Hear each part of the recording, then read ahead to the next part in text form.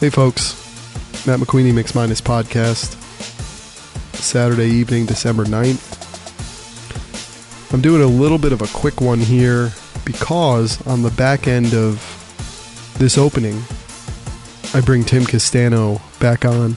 Tim was just on the last episode. Actually been a couple of good episodes in the last week, last 7 days or so. I had Tim on Tuesday, and we talked about the Giants and Ben McAdoo and where the Giants go from here and Eli Manning and draft and everything. Who would have thought the Giants would be in draft discussions for a top draft pick? Pretty amazing. And we also talked a little bit about the NBA and a little bit about our previews for Oscar movies. Not previews, but we were looking ahead to a lot of the Oscar movies we were going to be watching over the next couple of months before we do our annual February podcast on the Oscars with him and Jamie Alfano Mulhern, my cousin-in-law, I guess you would say. Melanie's cousin.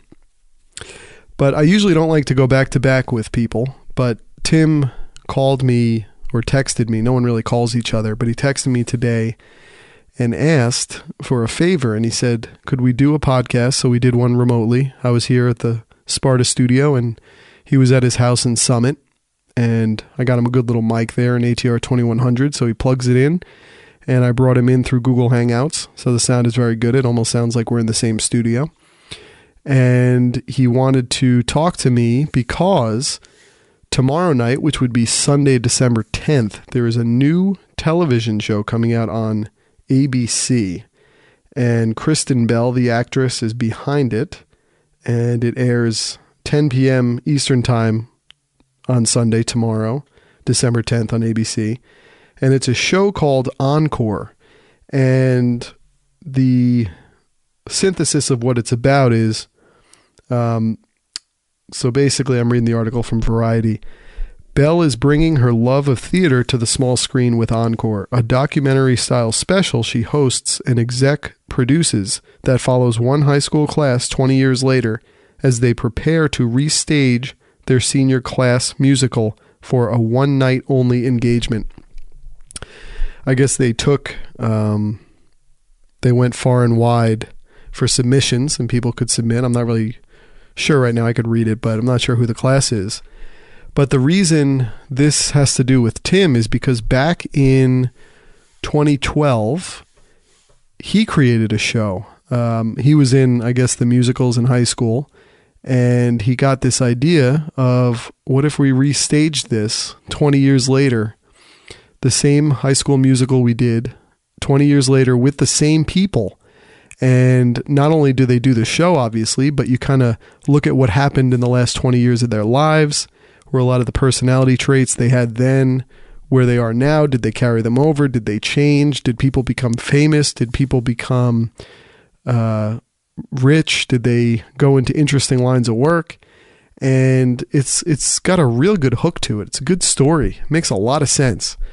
And so Tim had almost become the guy who was associated with this. And his was called Playback. And he has the whole teaser or sizzle reel together. And it's really good looking, really sharp. Nice piece of work and compelling. Looks really good. It's just a great... It's a great show idea. It's a great premise. And so Tim, back in November, he knew the date, November 13th, the news came out that Kristen Bell's show was happening. And it ends up being like a sting to the chest. And I think shortly after that, Melanie, my wife, was reading something on Facebook, and she goes to me, "Oh my God, is this Tim's show?" And of course, as a husband, you tend to be dismissive, I think, sometimes of your significant other 10 years in of knowing them, and you shouldn't be that way. And so I'm thinking, no, she doesn't know what Tim's show is about. But this is how much Tim's show had become synonymous with him, this idea of the show. And Tim had done a lot of research and didn't really find somebody before who had done this premise.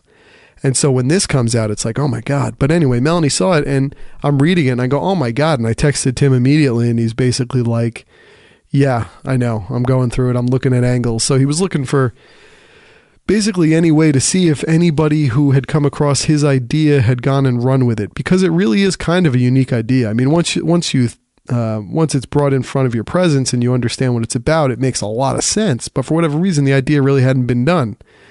And I guess through a lot of research and looking around, it was not, that was not in the cards that there was a connection to him. I mean, who knows? But, so he's really felt this for the last month a lot. It's been difficult. I mean, your idea 5 years ago, and here it is. I mean, you're happy because it's coming to fruition, but you're also kind of bummed that copywriting or whatever the case is, however that can be done in TV. And look, in entertainment, ideas are not only taken, not saying this was taken, but we repurpose ideas all the time. It's part of what entertainment and creativity is. So he understands that, but it's hard. It was this one big shot at Hollywood, and he had the big idea. And a lot of people who work in Hollywood have these big ideas day after day after day because they're singing for their supper. That is their business. That is what they do. This for Tim was a passion project. He has a day job, and he has a lot of interests, and he's not in this line of work, but he had the chance to be in it for a while, and he has something to show for it. But so he asked to come on to talk about it just because here it is on the cusp, and he wanted his voice about the process to be out there. I kept saying to him, who knows? This does really well. Maybe people go out there looking for copycats, and he's got the sizzle reel ready to go. Could be something. Today, I read a couple of really good articles. One was the Donald Trump article in the New York Times. I mean, there seems to be one of these articles every week about Trump, but it's been a while since the Haberman Thrush and Peter Baker was added to the mix. The TikTok, how life's going for him. I guess they interviewed 60 people. And when you look at the Times, it's a dark picture. I shouldn't say nice. I'm belying my political leanings, but it's a very dark picture of Trump, and it's inside at Trump's hour-by-hour battle for self-preservation. So it is one of those good articles to read, no matter whose side you're on. It's just really well-researched, and it's amazing that this guy became the president. I mean, it really is. I mean, it follows the story of where he goes. He gets up at 5:30 in the morning, and a lot of times you have to fight to get him into the office by 9 or 9:30, and he just watches cable news. He watches Morning Joe, almost to hate watch. He watches CNN to hate watch. He watches Fox and Friends because they're almost his uplifting aspect, and Fox and Friends knows that. Fox knows what they're doing, and they're getting the president to be happy. But he drinks 12 Diet Cokes a day. 12 Diet Cokes. Oh my goodness. I'd be crazy too. If I had 2 Diet Cokes a day, I'd look like a raccoon walking in the daytime, which would usually mean that they're rabid, right? But yeah, insanity. And the other thing was he watches like 4 hours typically of cable news a day. And sometimes they wrote in the article, it's double that. And so you're sitting there going, how is he actually running this thing? He's in charge of the most powerful country in the world. And it's like, what is he understanding? What is he, I mean, how is he making his pronouncements? How is he making his policies?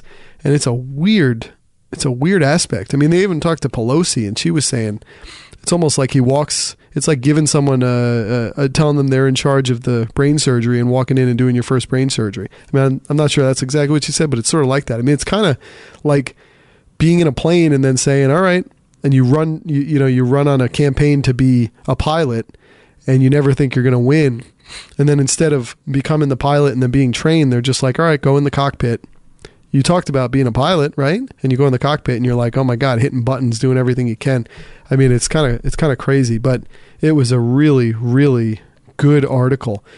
The one thing about Trump that I like about his presidency is you're brought into the presidency and the residence and the life, the after hours, before, late at night, the dinners, the tours. You're kind of brought into the White House through the Trump MC in a way that you really have never been brought into the White House before. It almost makes me think of that Jackie Kennedy thing. I mean, I remember watching Jackie last year, very good movie.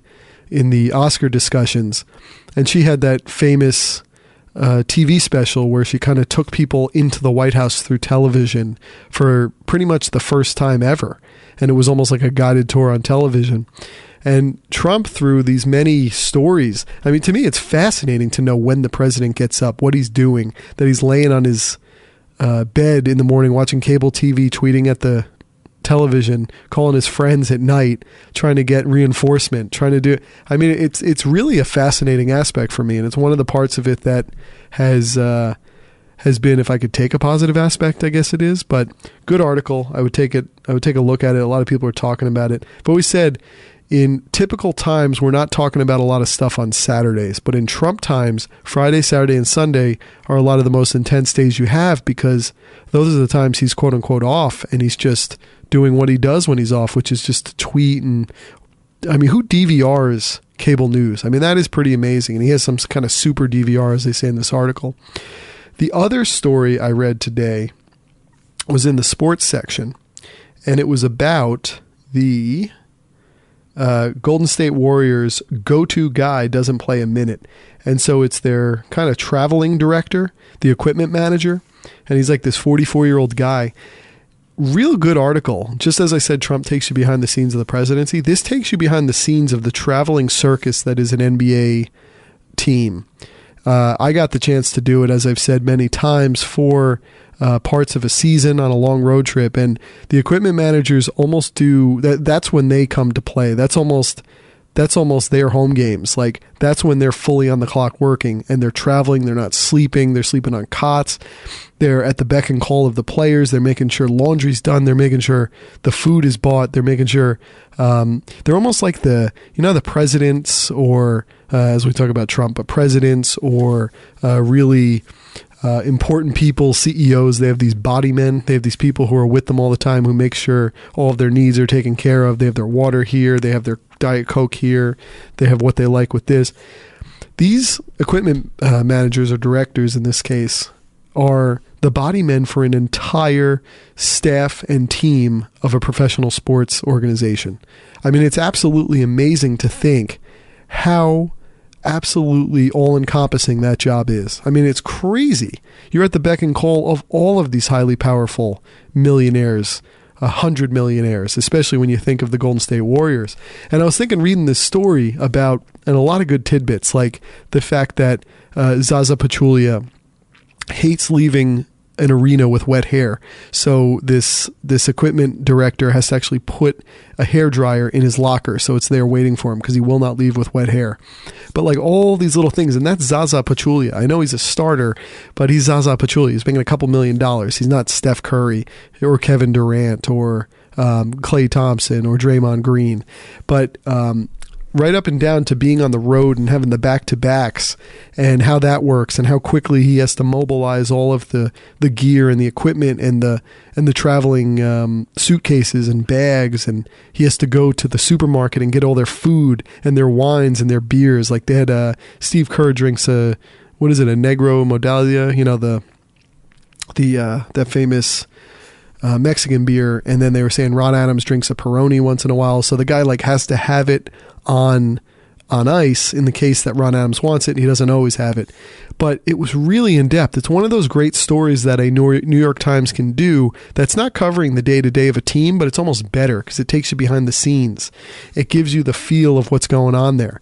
And it got me thinking, man, being on the road with the Golden State Warriors must be the greatest job. These guys are going to win 7 out of every 8 games of their season, or 6 out of every 8 games. They're going to win all the time. On the road, they're winning. At home, they're winning. They're just winning. They're a good bunch of guys. They're a lot of the players were not built up to be the number one picks. When you think of Klay Thompson or Draymond Green, who was a second-round pick, or Curry, who was what was he, 7? I mean, he was in the lottery, but they weren't like the Durant number one pick. But even Durant seems like a low-key guy. Durant was number 2, though, right? Because I think Odin was number 1 in that draft. But they're not. I'm sure they've gotten very high maintenance over time to a degree, and they deserve it.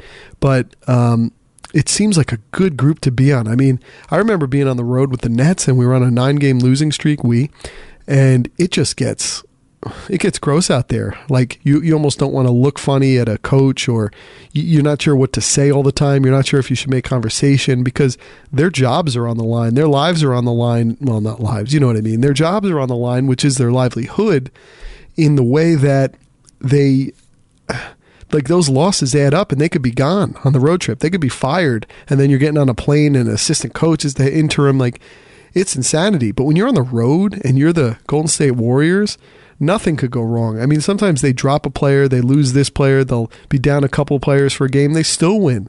They are just a machine. And so I can't imagine how comfortable it must be on the road with them in their charter jet and their nice hotels. And there was even a point where it was saying that he buys the beer and then he also buys wines. And they were saying that in the article that Steph Curry and Sean Livingston are apparently the wine experts, and they just tell this equipment director to get anything that's a Pinot Noir or a Cabernet Sauvignon 2012 or young or earlier, right? So 2011, 2010 and on. I mean, what a life, what a job. And I remember there was the one thing they said that he went in to get stuff and it was like he had a $510 bill or something.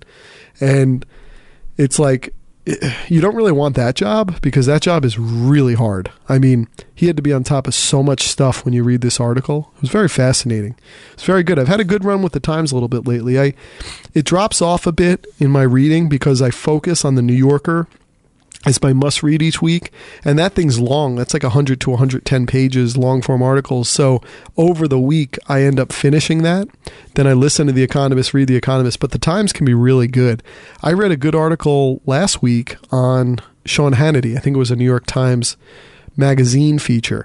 And you wouldn't think that you'd want to read on Hannity, but sometimes it's important to read on a guy like that who you don't think you're going to identify with. I mean, I really don't. He's on the opposite side.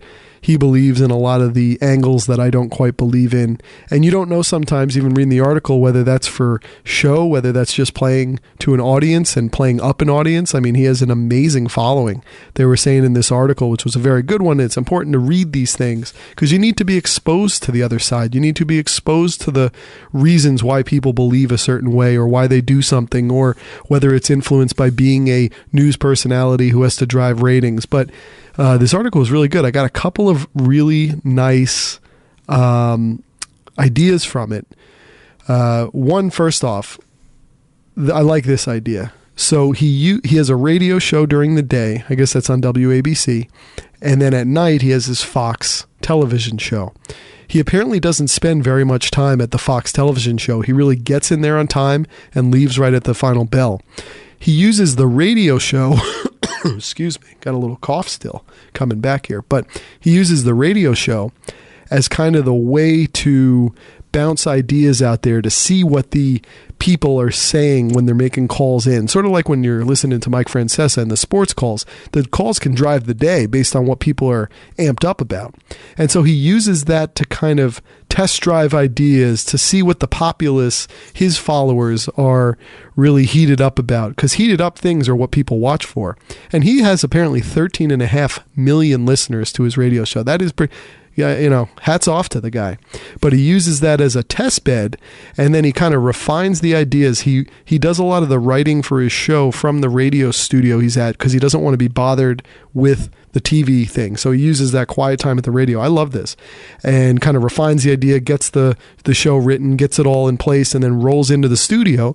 And he's used that test bed from the radio show all day to have these refined points for the packaged elements that are TV. So he kind of knows what the audience is going to want to hear because he was using the whole day to kind of drive what he wanted to talk about. The other thing I thought was interesting in this article, his news staff, you know, because you try to save ideas, you try to save articles, you know, you kind of have this staff of people who are working on what the show is going to be about that night. They apparently have a private Twitter account, and they log into that, and so no one really can follow it. It's one of those accounts that are private, blocked off from the rest of Twitter. And they use that, all of the members of the staff, to save things across Twitter that they like. So that when you then go to log into that Twitter account, you could look in the favorites, you could look in the retweets, which aren't going to anyone because it's private. And that's kind of where they organize all the ideas. So I thought that was kind of a neat little wrinkle.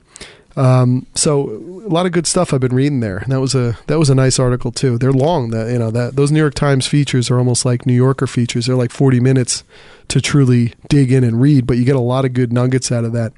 Heard me cough. I'm getting back. I'm finally back to being some semblance of my normal healthy self after the last month of turbulent personal things going on, which I've talked about in previous episodes. But, what happened, I rolled into these back spasms that lasted all of 3 weeks, and only the last remnant of it sort of got out at the chiropractor a couple of days ago, actually yesterday. And I don't even know if it's quite out because I had a good lift today. I got back in the saddle. I did some squats and I did some bench presses with the barbell, did my run 3 miles, and I felt some little soreness, but I don't know if it's soreness from the spasms or if it's soreness because I've sort of been idle and those muscles have atrophied in time, and whether that's just them working their way up. You're always nervous when you're coming back. But then I got a bit of a cold, real kind of intense. It makes you feel just real shitty, but I felt real down about it. And then I got you kind of get these coughing fits that they overwhelm you, and you got nothing that you're trying to cough up. So that was real tough, and I finally sort of passed that. But the one thing I do have to say about being sick and being laid low by injury, whenever you're sick, I don't know if you get like this, I do, but I kind of lay in bed. I lay in my kind of miserable state where I'm just not myself. I'm a certain percentage of myself, but not much. Like I'm enough of myself where I can just passively take in media. I could read, I could watch stuff, but I can't really actively do anything. But I lay there and I just sort of think about all the things I want to do when I'm healthy again, and how the one good thing about being sick is it reminds you how important being healthy is, and how much health contributes to the person you are. So when you're sick, it's just a weird little reminder of that.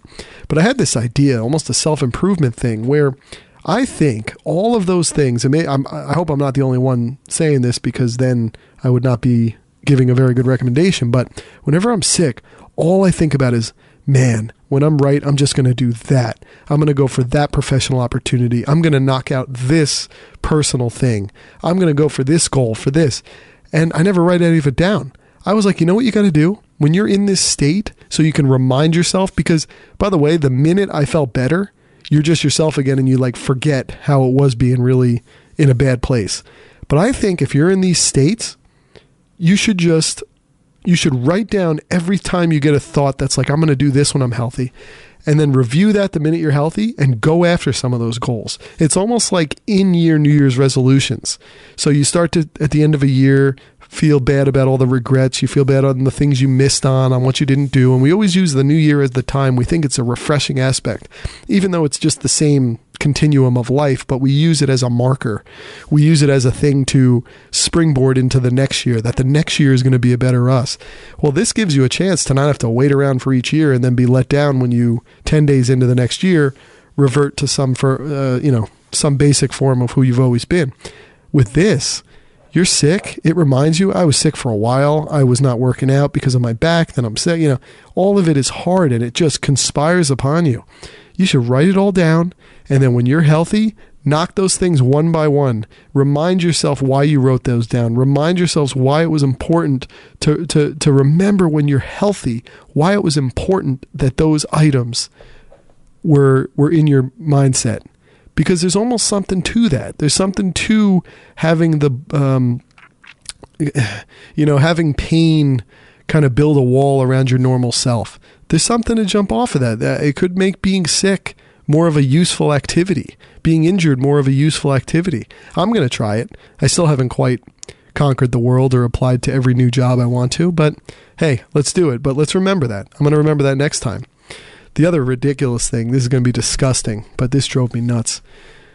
When I was sick with this coughing fit thing, in the morning it could be real bad. So you're stuffy, and that's really where it gets, when you're stuffy and you're dry. And so I did this twice this week. This is going to be absolutely disgusting, but I feel like a fool for doing it. I just need to mention it. So I'd get really kind of I mean, it's gross. As guys, we hawk. You know, you hawk a loogie, you bring it up into your, you bring everything up through that real intense thing, and then you got it in your mouth, and then you spit it out. When you're in the car, though, it's not easy to spit it out. I don't want to spit it in something and have it in my car. I know that's ridiculous, but also, it's not that easy to just open your window and spit out because you're moving at 40 miles an hour or you're moving at 60 miles an hour. And so you also don't want to do it when cars are near you and then they think you're doing something to them or it just looks ridiculous. I worry about how I look. I worry about how people see me. I don't know why I do that.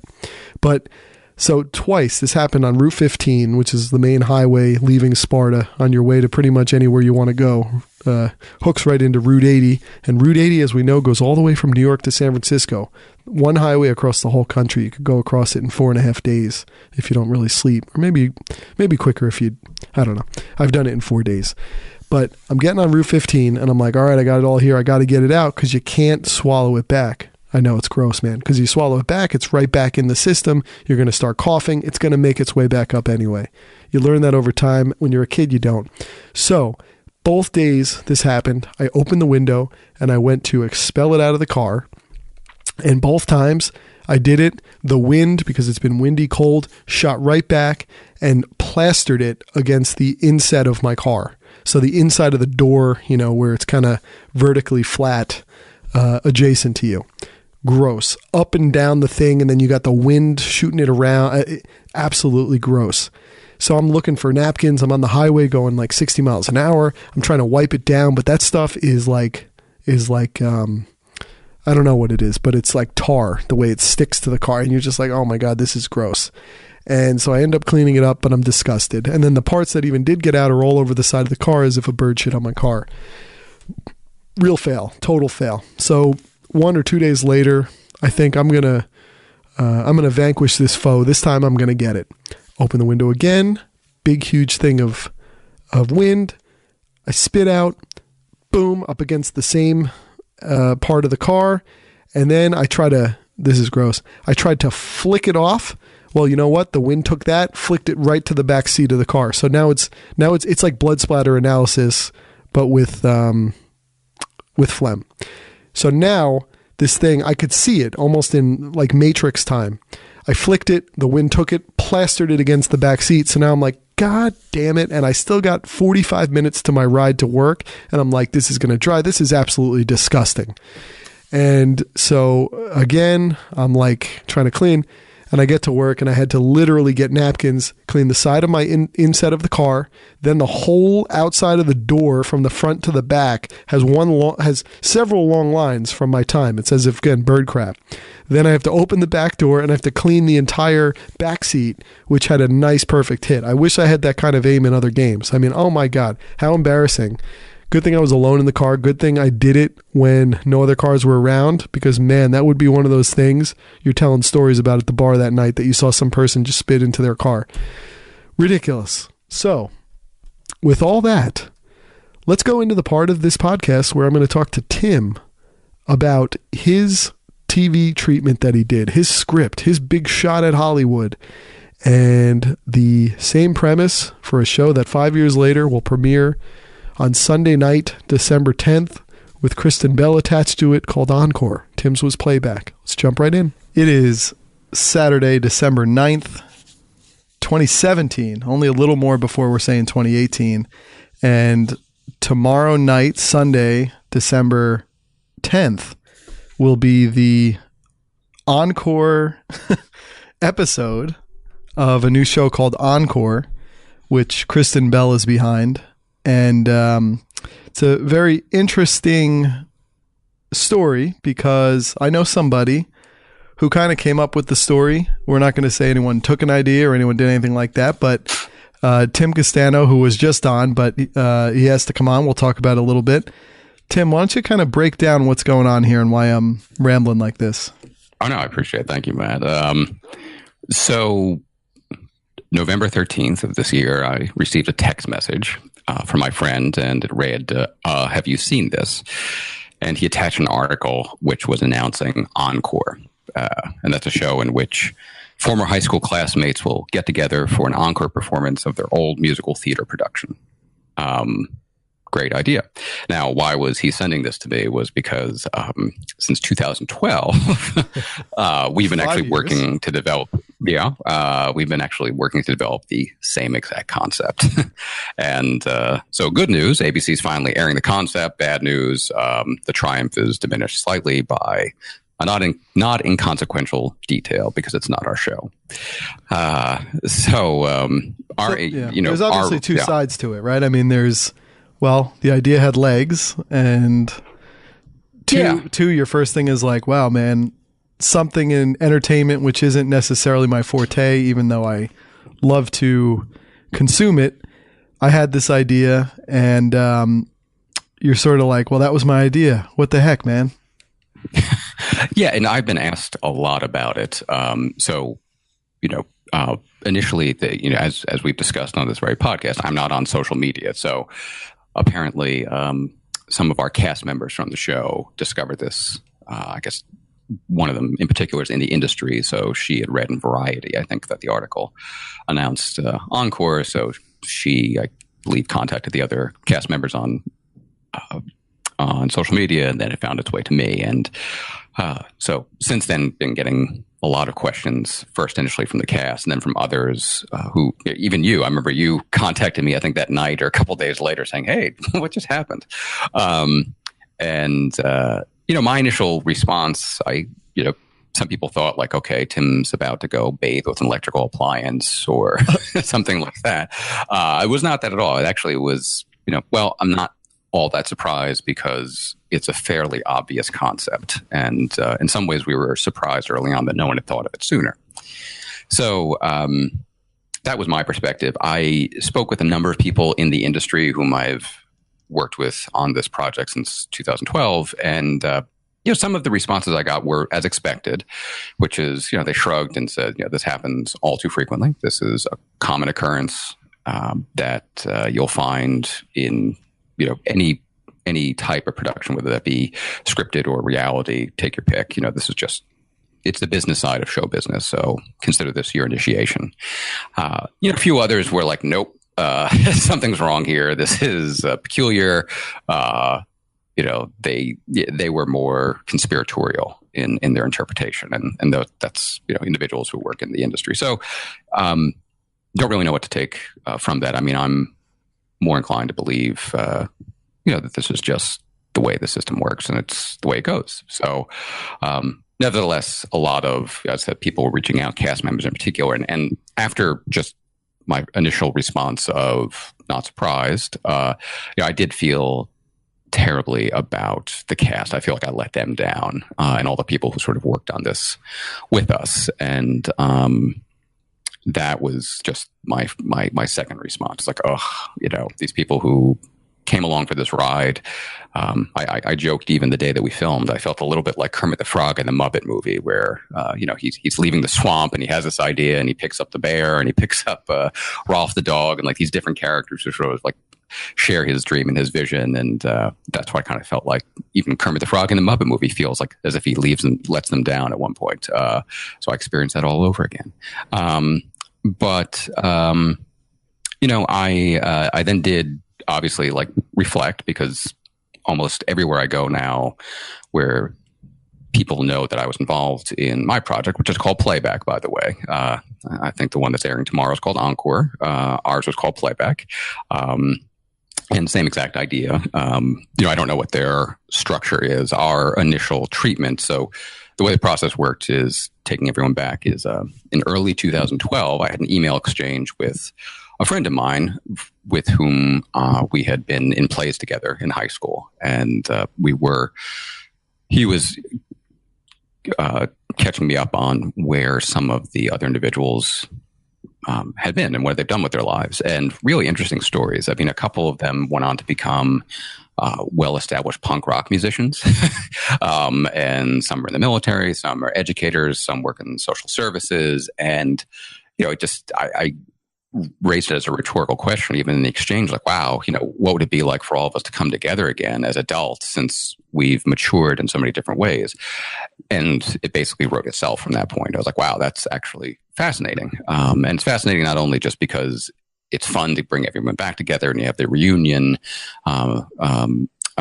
components and the nostalgia factor. But I also thought that there were some interesting narrative and sociological questions that sort of underlie that when you bring former classmates back together in a creative process. And, questions like, do these adolescent hierarchies still govern grown-up interactions? Did the one person who was destined for stardom soar, or did he or she waste potential? And did someone who was overlooked during that production, did that person go on and really upstage everyone else? And, will some egos that had clashed previously, will they just naturally do so again? So a lot of different things that I thought would come out in this production. And we initially in our treatment, it was a 6-episode arc. So what I did was I researched how to write a treatment.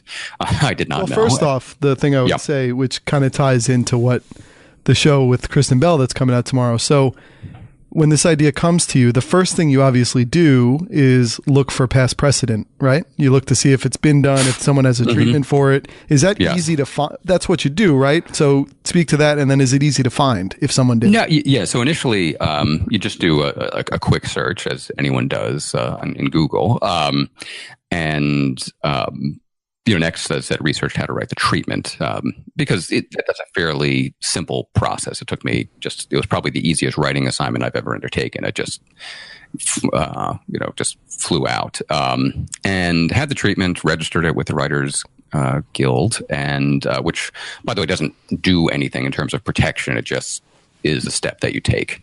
From that point, it found its way into the hands of a production company within pretty few weeks, and they flipped for it, and they liked the idea. They liked the way that it was structured, and you could tell immediately that they shared our enthusiasm for it. Based on that conversation, since then, so to your point, we then were dealing with someone who was in the industry, and that individual had his own contacts in the industry. And based on some of the conversations that he had been having initially about it, it didn't appear as if it had been done before. So it seems somewhat novel. Now, that didn't mean that at any point along the way, early on, would we have learned, this is under consideration or has been under consideration. We were prepared for that possibility at every stage. So then had the treatment written. Production company was very interested. I knew immediately the cast that I wanted to use. Even when I was conceiving of the idea, I knew which cast I wanted for Playback, and they were the group that graduated the year after I did. So I graduated high school 1993. They graduated 94, and they put on Man of La Mancha at my high school, and I was in the audience. So it was the first time being back in the audience, and they just, they blew me away. They were fantastic, really just exceptional. And not only that, I mean, I knew them as individuals as well, and they were just terrific people, and I knew they had great stories. So really one of the most gratifying parts of this entire process was sitting down with the individuals and trying to pitch them on the idea, which is, you can imagine, you haven't talked to many of them in, at this point, 2 decades. They haven't heard from you. They may not remember you, and you don't know. You're somewhat concerned as if how they're going to respond to that. And I should say first, though, I spoke with the directors. So I spoke with Joe Nelia and Teresa Nelia, who are such a tremendous influence on my life and everyone's life who's come across them. As an aside, I should say this, Anne Hathaway, the actress, apparently got her start in productions at my high school. And really? So she knows, I believe, the Nelias. So don't take my word for it. That could have been your person, right? Did you try? We thought about that. We did think about that. But So she I think can vouch for them just as easily as I can. And everyone just adores them. So I first spoke with them, and they were in. They got it. They had always thought that this was something that they would like to do even without cameras. And that's a part that I need to stress, which is everyone with whom I spoke about being involved in this would have jumped at the chance to just be with each other again. It had nothing to do with the production, had nothing to do with the potential of where this could go. It was just the idea of, yes, let's just get back together again. Thank you for giving me that chance. I'm in. And up and down the line, every email I sent, every conversation I had, it was just, everyone they just got it, which was terrific. So then, in terms of the next stage of the process, it was doing a pilot / sizzle reel. And so this is 2012, to get everything lined up. It took a little bit of time, and we set the date for filming in, I think it was like the second weekend in November. And we live in New Jersey, so what happened right around then, though, was Hurricane Sandy. So that almost upended the entire production schedule. And we had everything just, as I said, lined up perfectly, including one of the gentlemen named Kevin, who flew up from Florida just to be in this on his own dime, which I'll never forget. That was just great of him to do. He just wanted to be a part of it, and so grateful for him to have done that. And so we had the date, but then we just didn't know if it was going to hold, given everything that was swirling around at that point in time where we live. Fortunately, it did work out. So we filmed that day, and it exceeded our expectations. I would say it went exactly as we imagined. So being back in the same space with each other, being just everyone catching up, seeing each other, and then performing together. So they rehearsed and told their stories about where they were, what it meant to them to be in the show initially, what they've been doing since then. Rehearsed together, saw each other, and then did some recap of what it felt to be together again. And the plan for our show was, the episode arcs were exactly that: setting the backstory of the individuals, bringing them together again for the rehearsals, which really, I think some of the tension would have arisen just naturally because you're pulling people away from their everyday lives, whether that be, certainly jobs, family issues, just whatever their responsibilities are, and then inserting them into this all over again. Naturally, that's going to pull people out of their comfort zones. And then from there, putting on the show for their family and friends. And one of the individuals who was in our production said it in his interview and couldn't have said it better, which is, I just would love for my wife and children to see me doing something I love. And that really just struck me and stayed with me. And I think all of us, like that, again, that really resonated with us. So that was it. So we got our footage. I said it went very great. I mean, we all were elated that day, just to be back together again. And then we began the process of editing the sizzle reel, and that took a couple of months. Got it to where we wanted it to be initially. It's since undergone several revisions, but and that was another thing you had to learn. Yeah, had to learn all about that. So the production company that we worked with, they again are pros. They had done their research. They had already been starting conversations with different partners as to where and how we might pitch this. So we got our sizzle reel set up and running. That was the next step. And then for since early 2013 up until just as recently as last month, we were pitching. And kept pitching and approached, as I said, networks, approached agents, approached online platforms, and we received generally the same response, which was like the idea, sounds good, but the responses ranged anywhere from the cast is too nice, which. Okay. I mean, they're extraordinarily nice people. So, certainly what you witness there, what you see is what you get when they came together, which was just, everyone was so grateful for the opportunity. But I guess some in the industry were looking for more edge. And more conflict that would jump right out at you at the screen. Okay. I mean, I get that. That really wasn't the spirit of why we were doing it. So we didn't want to shift gears too dramatically to cater to that audience, but that was some of what we heard back. Some questioned the execution. Some thought it was too niche, which is kind of funny because now it's on ABC, a major network. And I'll say, I never had any sense exactly of where I thought this would go. If you were to ask me honestly, I would say I didn't think it was going to be on a network. At best, I thought maybe it would be a cable station like an A&E or a Bravo. Sundance. Yeah, I thought that would maybe be as the peak. So now to see it on ABC, and the fact that it's ABC and the individuals involved says to me that it's going to be positive, and that some of the criticism that we had heard about the sunny dispositions of our cast members and the sort of more positive elements that jumped out at you, that tells me that, well, that's going to remain intact. So I'm gratified by that. I'm hopeful to see that is. Well, don't you think ABC, and you think of the different kinds of shows they have on ABC being very positive, very wholesome, and then adding theater to it, which at the end of the day, whatever the people do behind the scenes, they're very bubbly on camera or in front of people. So it's almost a weird criticism. And I think possibly it might just be who the messenger was, right? Mm-hmm. I mean, it's going to be hard for you. You're a great guy, but it's going to be hard for you to compete with Kristen Bell, right? Of course. Thank you for saying that in all ways. But it is hard. Yeah, and that actually is something that we'd heard as well, which is involve a celebrity. Like if you had a celebrity host, celebrity headliner who could be the point of entry for the audience into this experience, then come back and talk to us. So we did actually take that approach, and we had presented this idea very recently to a well-known actor who did pass just based on the fact that the project was too similar to something else that he was working on at this point in time. Not exactly the same. It's not even a reality show. His was a scripted, but it was just too similar. So we were taking that approach.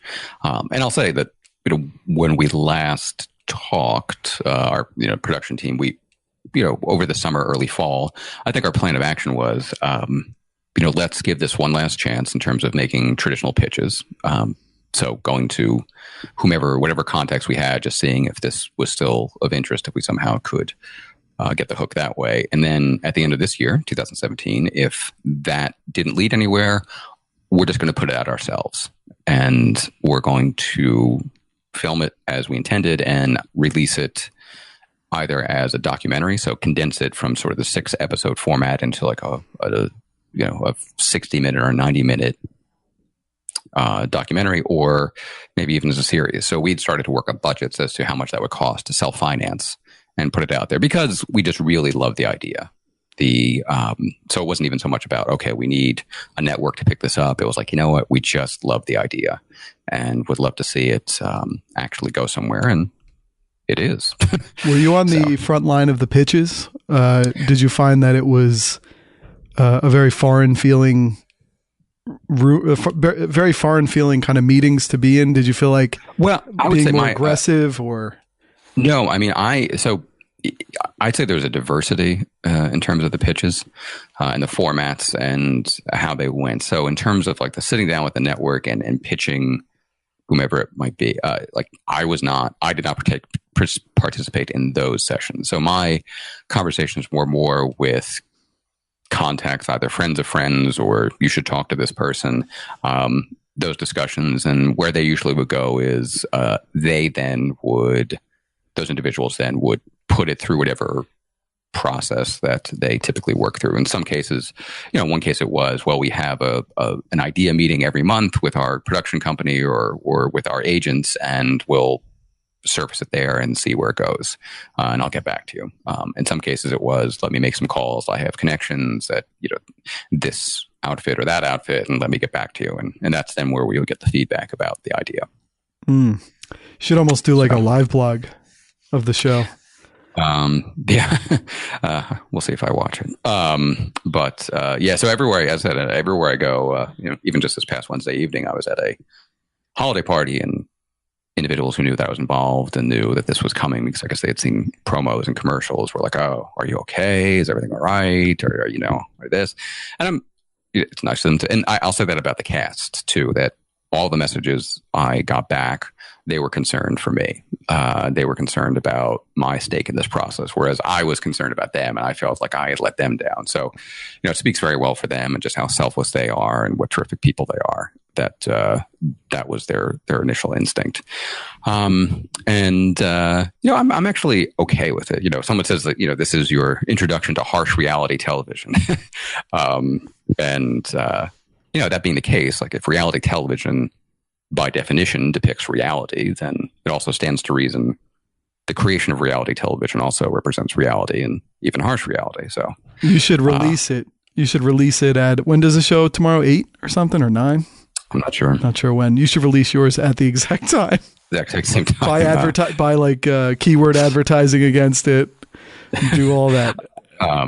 Yeah. I have to say, like, but as I said, like, to see this happen, and obviously it's when you have the same idea and then you see that idea come to fruition elsewhere, you reflect, and some people are like, oh, you should take, that there should be, you should be reinforced by this turn of events, because it just shows that your concept actually did come to life. So your next idea is probably going to be just as good. And my response is, I don't have any other ideas.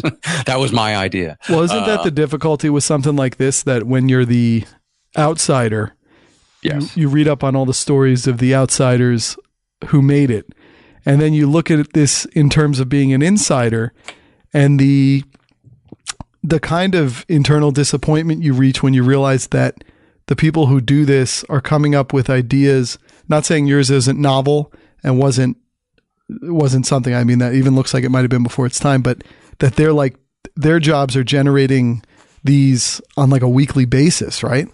Yes. Yeah. So, precisely. So from, as an outsider to whom this was initiation in some ways, I have probably more invested in it because I'm less invested in the industry. Whereas someone who is more invested in the industry, I think, then has less invested in each individual project. Well, and the difficulty too is I always run through this myself, because you want smashing success, but then you think to yourself, all right, so if this did go on television, then people are knocking around like, hey, let's put together a room and let's do all this. And you're like, well, could you have just done this and launched it? And that's kind of the story. And I'm just going to move on to my own other stuff. Mm-hmm. Yeah.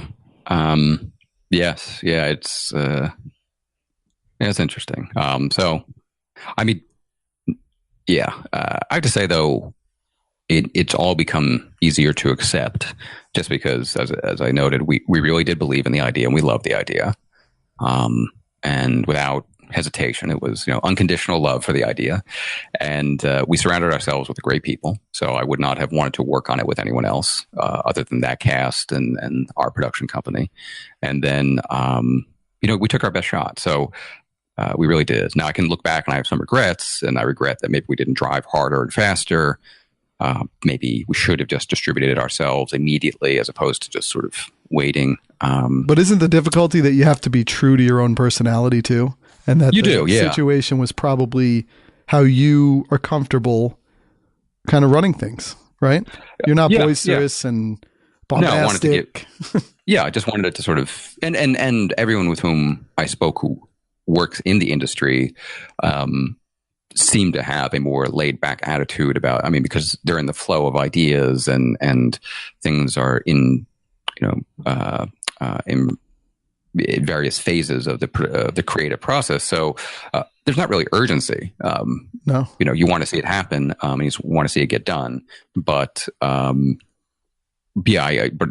to see it get done the right way. And always held out hope that even if someone in, say, 2013 heard the idea and didn't like it, that given maybe shifts in culture, shifts in personnel or strategies, that 2014, 2015, different story. They're looking at it differently. So apparently that did happen with ABC.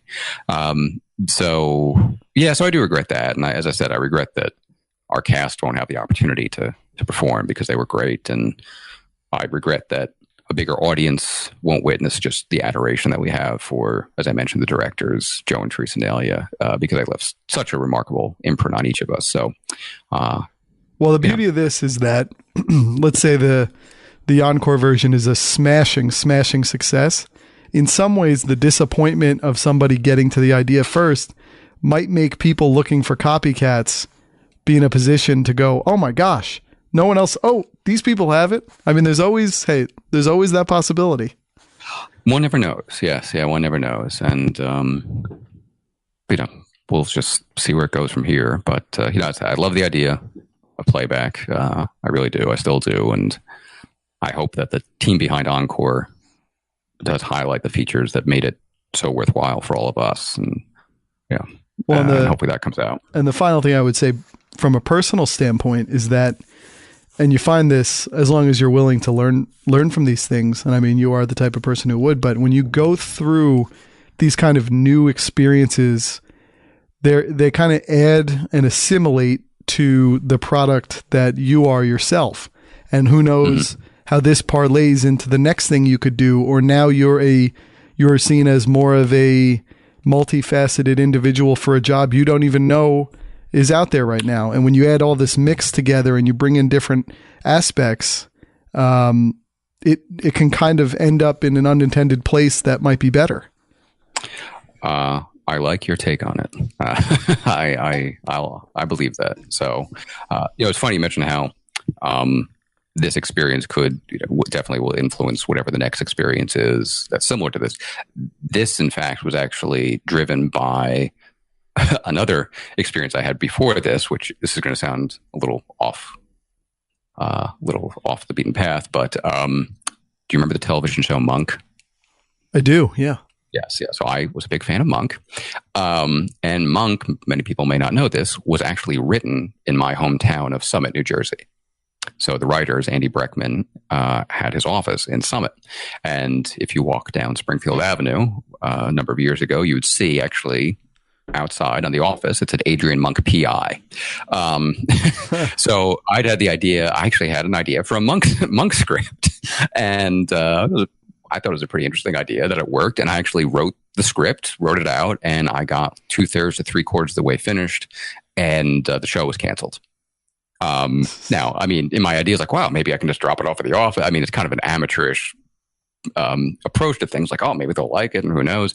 But what that taught me is, you know what, the next time I have an idea, I can't delay. I just have to just push it through. So when this came into my head, I was like, you know what, learning from the Monk experience, I'm actually going to move a little more quickly with this. So we did, in terms of, going from, when the treatment was written in spring of 2012 to filming it in the fall of 2012, we moved pretty quickly, but then we were more at the mercy of the marketplace at that point. So we'll see what lessons I learned from this experience.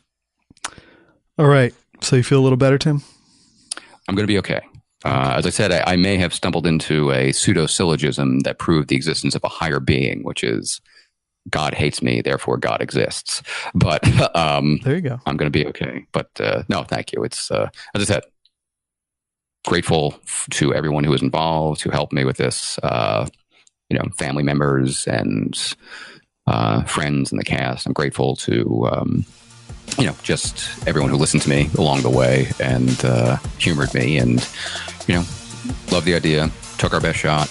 And this is the way it worked out, but that's life.